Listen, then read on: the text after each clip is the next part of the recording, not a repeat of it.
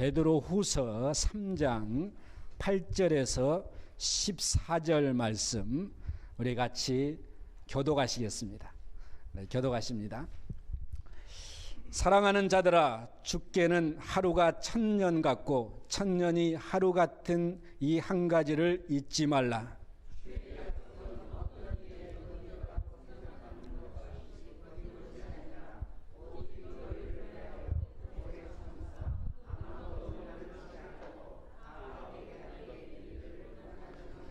그러나 주의 날이 도적같이 오리니 그날에는 하늘이 큰 소리로 떠나가고 체질이 뜨거운 불에 풀어지고 땅과 그 중에 있는 모든 일이 드러나리로다.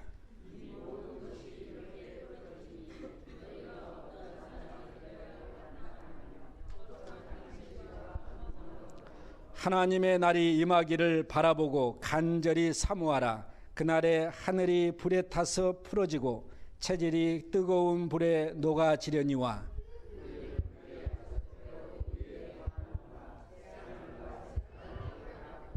그러므로 사랑하는 자들아, 너희가 이것을 바라보나니 주 앞에서 점도 없고 흠도 없이 평강 가운데서 나타나기를 힘쓰라. 아멘.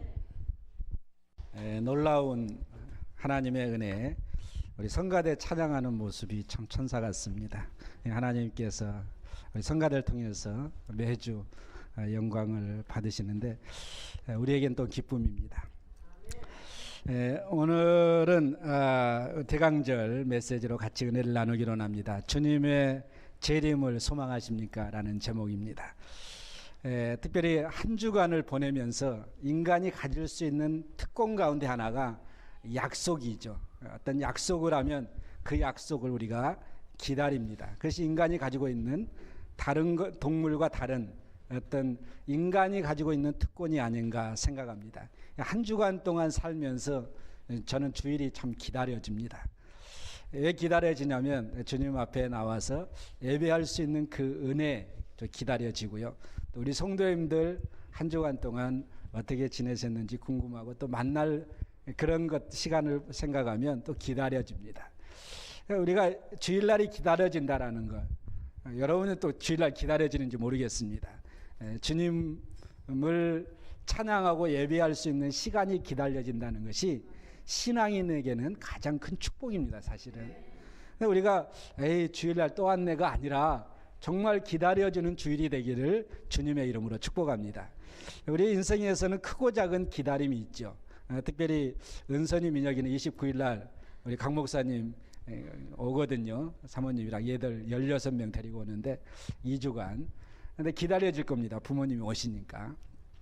누구나 이 기다림을 가지고 있다는 건 마음의 설렘이 있는 것이죠. 저도 살아오면서 이 설교를 준비하면서 참 많은 기다림이 있었고 그 기다림이 행복이었다는 것을 생각해 봤습니다.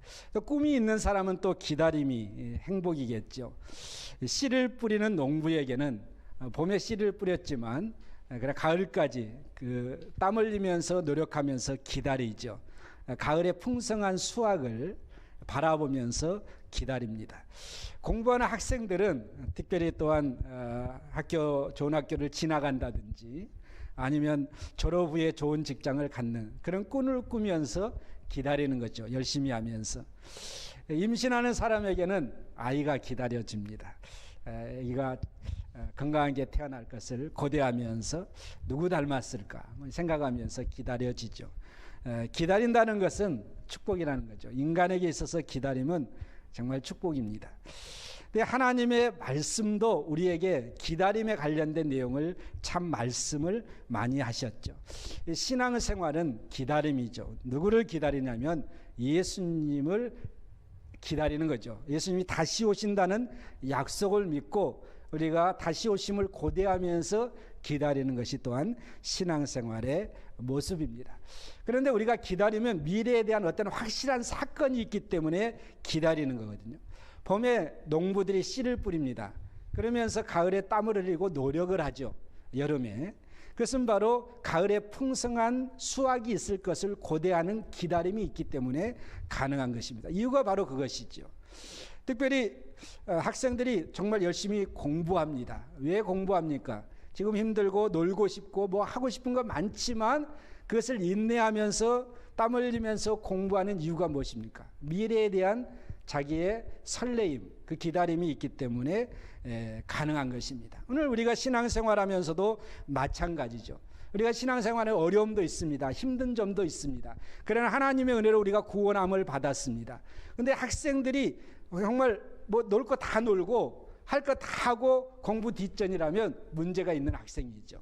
그런데 정상적인 학생이라면 그런 걸 다 뒤로 하고 공부에 열심입니다. 자기의 미래를 위해서 심는 것이죠. 오늘 우리가 신앙생활도 마찬가지라고 생각을 합니다. 우리가 신앙생활에 어려움을 참고 이겨내는 것이 무엇입니까? 장차 우리에게 주어질 영광이 이 땅에서 그 어떤 것보다 좋게 비교할 수 없기 때문에, 그래서 로마서 6장 18절 말씀에 현재의 고난은 장차 우리에게 나타날 영광과 좋게 비교할 수 없다라고 그렇게 말하고 있는 것입니다. 하나님 나라의 영광이 얼마나 큰 건가를 우리에게 설명하고 있는 내용이죠. 올해는 대강절이 11월 30일부터 시작했습니다. 영어로 어드벤트라고 하는데 출현 도래라는 뜻이거든요. 예수님께서 이 땅에 오셔서 육신을 입고 오셔서 천국 복음을 증거하시고 자기 자신을 십자가에서 희생제물로 드림으로 말미암아 누구든지 예수님을 믿으면 구원함을 얻는 그런 은혜를 열어주셨습니다. 그래서 누구나 지금 시대는 은혜의 시대이고 그리고 구원받을 만한 때이죠. 그리고 그 은혜로 살아갑니다.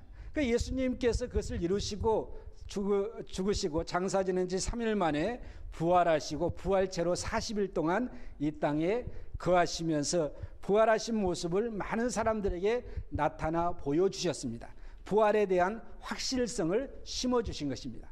그리고 난 다음에 예수님께서 승천하셨습니다. 그리고 예수님께 승천하시기 직전에 제자들에게 하신 말씀이 뭐냐면 내가 다시 올 것이다. 너희를 위하여 처소를 예비하러 가지만 그러나 내가 다시 올 것이다.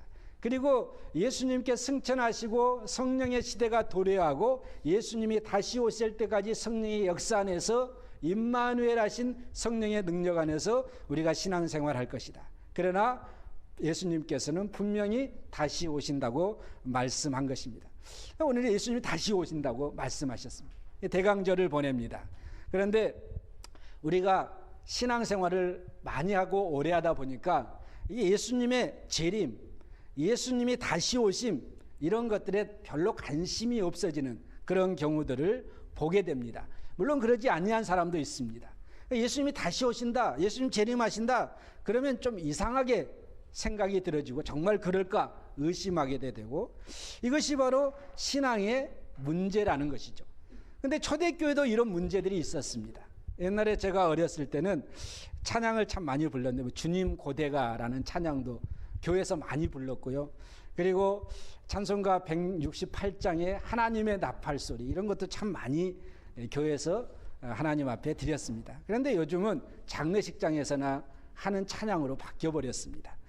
우리가 예수님을 고대한다는 것, 재림을 고대한다는 것이 참된 우리의 신앙의 모습인데 그것이 많이 희색되어 버렸다는 것입니다. 초대교회도 그런 시도가 있었습니다. 오늘 본문 말씀에 베드로 후서의 말씀입니다.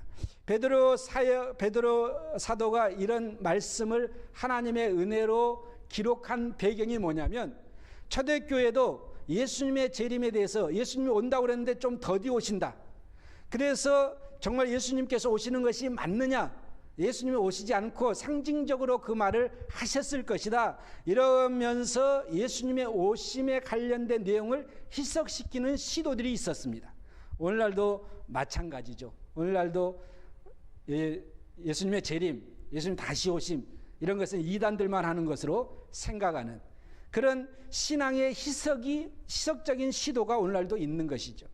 그래서 베드로 사도는 그런 신앙의 희석을 하는 그런 잘못된 신앙의 모습을 정리하기 위해서 베드로후서를 쓰면서 하나님께서 물론 쓰도록 하신 것이죠. 그리고 예수님의 재림의 확실성과 임박성에 대해서 말씀하고 있는 것입니다. 오늘 예수님의 재림은 무엇인가? 예수님이 다시 오시는 것이죠. 예수님의 다시 오심, 성경의 핵심 주제는 예수님께서 이 땅에 오실 것이다. 그것이 구약의 핵심 주제였고요.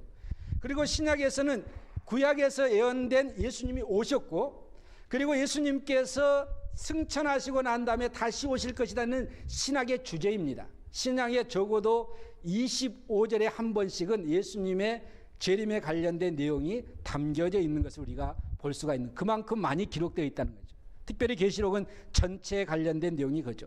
그래서 성경의 주제는 예수님의 초림과 예수님의 재림에 관련된 내용으로 중심적으로 우리에게 말씀하고 있는 것입니다. 그리고 예수님의 중심적인 사역은 예수님의 구원 사역이죠. 그런데 그 예수님의 구원 사역은 사랑에 관련되어 있는 것입니다. 사랑하기 때문에 우리를 구원하기 위해서 오셨고, 사랑하기 때문에 십자가를 지었습니다. 사랑하기 때문에 다시 오시는 것이죠. 그리고 예수님의 그 사랑은 구원의 핵심이 있고, 구원의 핵심은 하나님 나라에 있는 것입니다. 그래서 우리의 신앙은 예수 그리스도께서 다시 오셔서 우리를 하나님 나라로 인도한다는 것이 바로 신학의 핵심이고, 성경의 핵심이고, 또한 예수님의 사역의 핵심이고, 교회의 메시지의 핵심이라는, 또 우리의 신앙생활의 핵심입니다. 예수님께서 이 땅에 계시면서도 내가 너희를 위하여 초소를 예비하라고 한다, 다시 올 것이라는 것을 말씀하셨고, 사도들도 이 메시지를 증거했고, 그리고 사도 바울의 사역 가운데서도 예수님의 다시 오심의 메시지는 핵심이었습니다. 그리고 계시록의 예수님의 다시 오심의 메시지는 핵심이죠. 오늘 우리 신앙생활의 핵심입니다. 그런데 중요한 것은 뭐냐면 2000년 동안 교회가 이 일을 해왔다는 거예요. 교회가 이 사역을 계속해서 증거해 왔습니다. 예수님 다시 오신다는 것. 오늘 이 대강절을 보내면서 교회들마다 예수님의 다시 오심의 메시지를 증거할 것입니다. 그런데 중요한 것은 2000년 동안 해왔는데 예수님이 아직 안 오셨어요. 예수님이 안 오신 이유가 있다라는 것을 오늘 본문은 얘기하고 있는 것입니다. 좀 더딘 것 같지만 그러나 예수님 반드시 오시는데, 교회가 지금까지 2000년 동안 메시지를 증거했는데 예수님이 아직 안 오셨다. 그렇기 때문에 예수님이 안 오실 것이다. 우리의 생각이 바로 그런 생각으로 바뀌어져 가고 있는 그 시점에서 우리가 드려야 될 메시지가 오늘 본문 말씀이라는 거죠. 예수님이 왜 더디 오시는가라고 했을 때 오늘 본문 말씀에는 두 가지를 얘기합니다. 첫 번째는 뭐냐면 하나님의 시간과 우리의 시간이 다르다는 것입니다. 그것이 바로 8절 말씀입니다. 오늘 8절 말씀에 사랑하는 자들아, 주께는 하루가 1000년 같고 1000년이 하루 같다. 하나님의 시간 개념과 우리의 시간 개념이 달라요. 여러분, 우리가 시간 개념을 얘기했을 때 우리가 태어나서 죽기까지의 시간 개념을 따진다면 우리는 똑딱 하면서 시간이 가는 것을 우리가 시간 개념으로 아는 경우가 많습니다. 그런데 우리가 어느 때는 그렇게 시간이 흘러가지만 우리는 살아오면서 2015년도에 내가 뭘 할 것인가 생각하는 거죠. 그리고 내가 2000년도에 내가 뭘 했지? 연도수로 따지면서 시간 개념을 우리가 생각할 때가 있어요. 내가 1996년에 내가 뭐 했나?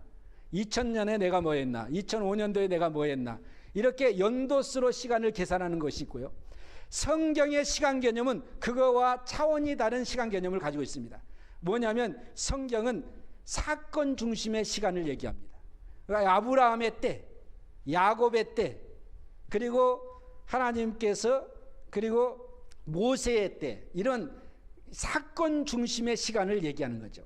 우리의 시간도 마찬가지입니다. 내가 건강할 때의 시간과 내가 좀 몸이 안 좋아서 병원에 있을 때 시간과 다른 거죠.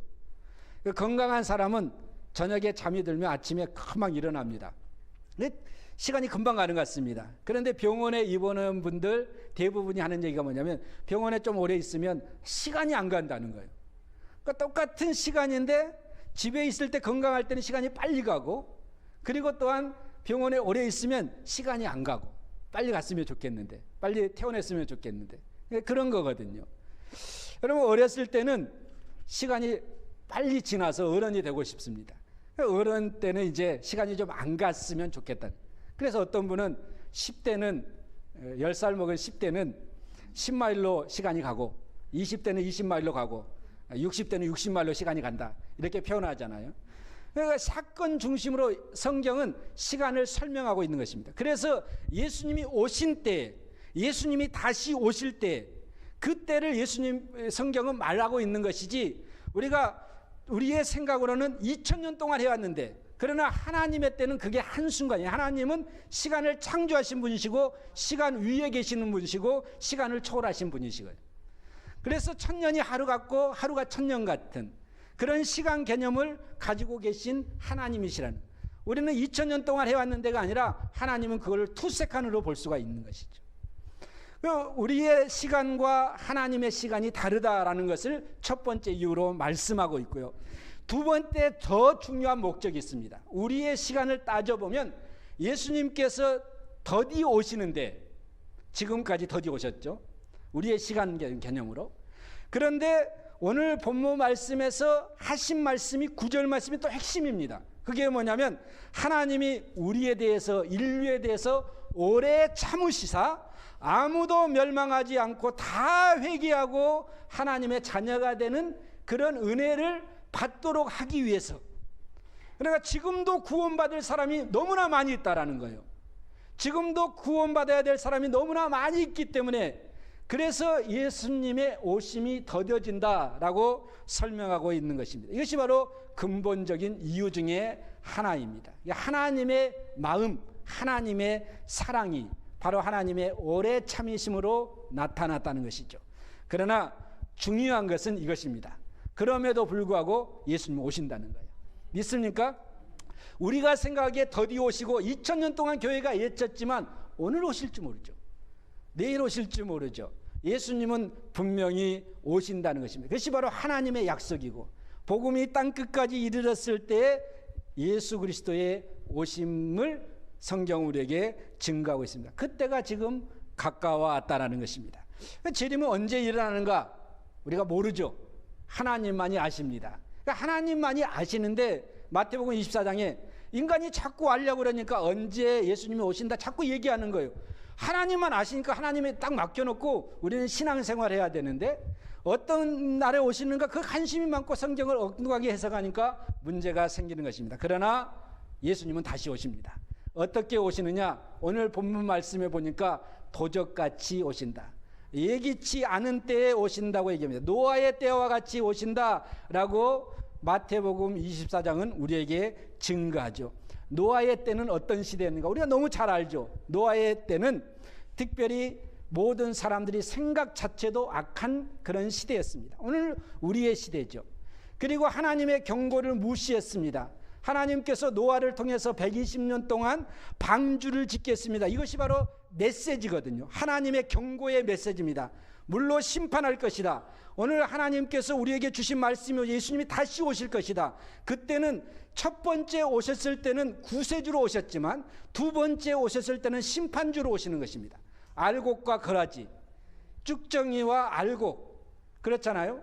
그리고 양과 염소, 이런 것이 구분되어지는 심판주로 오시는 거거든요. 이미 구원을 이루어놨기 때문에 구원의 은총을 다 베풀어 놓았기 때문에 구원받지 못하는 사람들, 회개하지 못한 사람들은 심판을 받을 수밖에 없는 심판주로 오시는 것입니다. 이 경고의 메시지죠. 노아의 시대도 경고를 했습니다. 하나님께서 노아의 방주를 통해서 경고한 것입니다. 그러나 그들은 그 경고의 메시지를 듣지 않았습니다. 노아에게 물어봅니다. 너 왜 산에서 배를 짓느냐? 그랬더니 노아가 하는 말이 하나님 지으라고 했다. 물로 심판할 것이다. 그런데 50년, 60년이 지나도 일어나지 않았습니다. 홍수가 70년, 80년이 지나도 일어나지 않았습니다. 오늘 예수님이 다시 오신다. 2000년이 지나도 안 일어났다고 생각하는 거예요. 그러나 120년이 찼을 때 하나님께서 방주 다 끝나고 그리고 노아의 가족 방주로 다 들여보내고 그리고 홍수 심판이 왔습니다.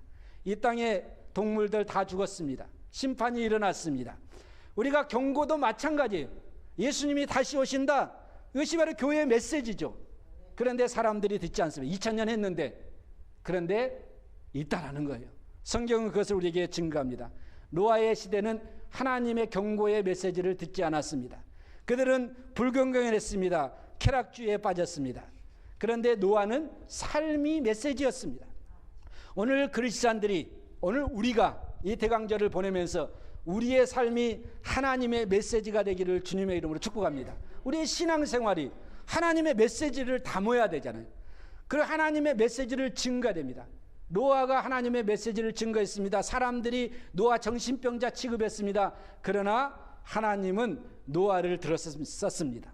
오늘 우리가 이 시대를 살아가면서 다른 사람들이 나의 신앙에 대해서 어떻게 하든 간에 내가 정말 하나님의 사람으로 서서 나의 삶을 통해서 하나님 메시지를 증거하고, 그리고 하나님의 복음을 증거하고, 그리고 하나님 메시지를 전달할 수 있는 우리의 삶이 되기를 주님의 이름으로 축복합니다. 예수님이 다시 오십니다. 그러면 우리가 예수님이 분명히 오시는데, 성경은 분명히 그것을 말씀하고 있고, 저는 성경 말씀을 믿습니다. 그리고 그걸 증거합니다. 그러면 우리가 예수님을 믿고 구원함을 얻는 하나님의 백성은 그러면 이 시대를 어떻게 살아가야 될 것인가 라고 했을 때, 오늘 본문 말씀이 우리에게 어떻게 살 것인가를 설명하고 있습니다. 오늘 11절 말씀에 보면 너희가 어떠한 사람이 되어야 마땅하뇨.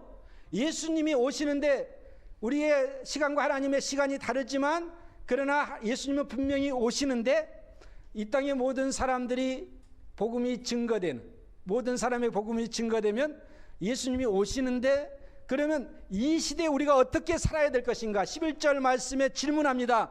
너희가 어떠한 사람이 되어야 마땅하뇨? 이 질문을 합니다. 대답은 무엇입니까? 11절 말씀에 나와 있습니다.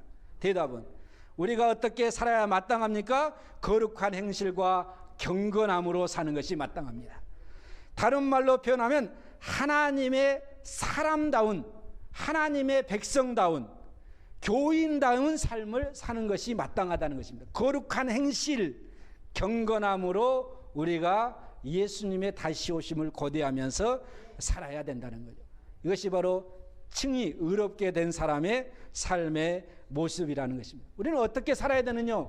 우리는 거룩한 행실, 하나님의 백성다운 삶, 하나님의 자녀다운 삶, 우리의 삶 속에서 하나님의 영광이 나타나는 삶, 우리의 삶이 하나님의 메시지를 담는 삶, 그것이 바로 우리가 살아가야 될 우리의 삶의 모습이라는 것을 우리에게 설명합니다. 뭘 거룩한 행실 제가 덧풀어서 말씀 안 드리겠습니다. 경건함 덧풀어서 말씀 안 드리겠습니다. 다 아니까 우리가 그렇게 신앙생활을 해나가는 것이 마땅하다는 것이죠.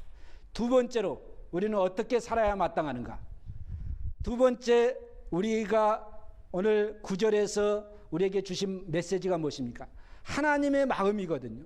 하나님의 마음은 모든 사람들이 예수 그리스도를 믿고 구원함을 얻는 것이 하나님의 마음입니다. 그래서 예수님이 더디어 오십니다. 지금 이 시대가 바로 구원의 때고 은혜 받을 만한 때인데, 우리가 해야 될 메시지, 우리가 해야 될 삶의 모습이 무엇인가? 거룩한 행실과 경건함이 첫 번째고, 또한 우리가 해야 될 것이 뭐냐면 바로 하나님의 마음을 알고 하나님의 마음의 그 뜻을 알아서 예수 그리스도의 주되심을 증거하는 것입니다. 이것이 바로 우리가 해야 될 일이죠. 이것이 바로 전도입니다. 이것이 우리가 하나님의 마음이 바로 그렇다면, 많은 사람들이, 정말 모든 사람들이 구원 얻는 것이 하나님의 마음이라면, 우리가 그 마음을 가지고 이 땅에, 이 시대에 하나님의 백성으로서, 구원받는 하나님의 자녀로서 예수 그리스도가 주되심을 증거하는 것이 마땅하다는 것입니다. 오늘 2014년 대강절을 보내면서 예수님께서 이 땅에 오셔서 구원을 이루신 그 메시지를 증거하는 우리의 삶이 되기를 주님의 이름으로 축복합니다. 예수님이 더디 오시는 이유가 바로 그것이니까, 우리가 이 일을 우리가 힘써서 예수 그리스도를 통해서 구원함을 얻는 하나님의 백성들을 일으킬 수 있는 우리 교회와 저와 여러분 되시기를 주님의 이름으로 축복합니다. 마지막으로 오늘 12절에서 이렇게 말합니다. 우리가 그날을 바라보면서 우리가 간절히 사모하라고 그랬습니다. 더디어 오시는 것 같지만 그날을 바라보면서 간절히 사모하라. 예수 그리스도의 다시 오심을 우리가 고대하면서 바라보면서 사모하고, 그리고 우리가 믿음으로 준비해서 예수님이 다시 오실 때 공중에서 주를 영접할 수 있는 우리 모두가 되기를 주님의 이름으로 축복합니다. 그런 자가 맞는 크리스마스가 진정한 크리스마스죠. 우리가 2014년 대강절 크리스마스를 보내면서 이 메시지를 가지고 예수 그리스도의 복음을 증거해서 생명의 역사를 이룰 수 있는 우리 모두가 되기를 주님의 이름으로 축복합니다. 우리 같이 기도하시겠습니다. 할렐루야. 아버지 하나님, 주님께서 오늘도 우리에게 귀한 날을 주시고 하나님 은혜 안에서 예배하게 하시고 예수 그리스도께서 다시 오심의 메시지를 우리가 다시 듣고 정말 노아의 때와 같이 사람들이 하나님을 떠나고 말씀을 떠나고 경고를 무시하고 세속적인 삶에 빠져 있었는데 우리는 그러지 아니하고 예수님의 다시 오심을 고대하면서 예수 그리스도의 복음을 증거하고 또한 그날을 바라보면서 우리가 간절히 사모하고 또한 우리가 준비하면서 우리가 신앙생활을 열심으로 행할 수 있도록 하나님 축복하여 주옵소서. 예수님의 이름으로 기도드려 싸움나이다. 아멘.